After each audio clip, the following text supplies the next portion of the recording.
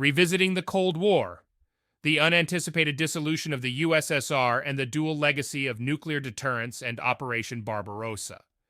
In revisiting the dynamics of the Cold War era, it becomes evident that the eventual dissolution of the Soviet Union in 1991 wasn't the result of sudden deterioration, but rather the culmination of long-standing systemic issues, as demarcated by various national birth rate statistics.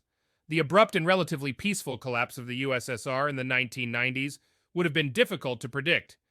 And while George H.W. Bush has often been heralded in the narrative, the credit might be more aptly attributed to two significant, albeit contentious, aspects of post-war history: nuclear deterrence and Operation Barbarossa.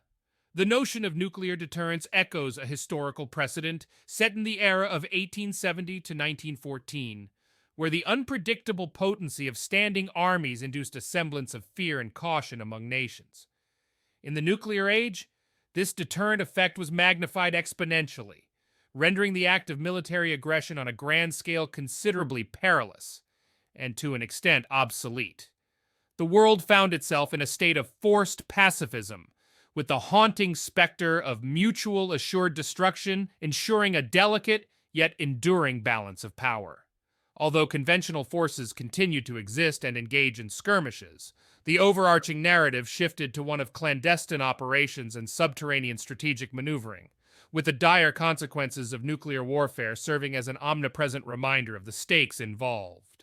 On the other hand, Operation Barbarossa, despite its aggressive and destructive nature, inadvertently forestalled the spread of Eastern Bloc's ideology to the broader European continent.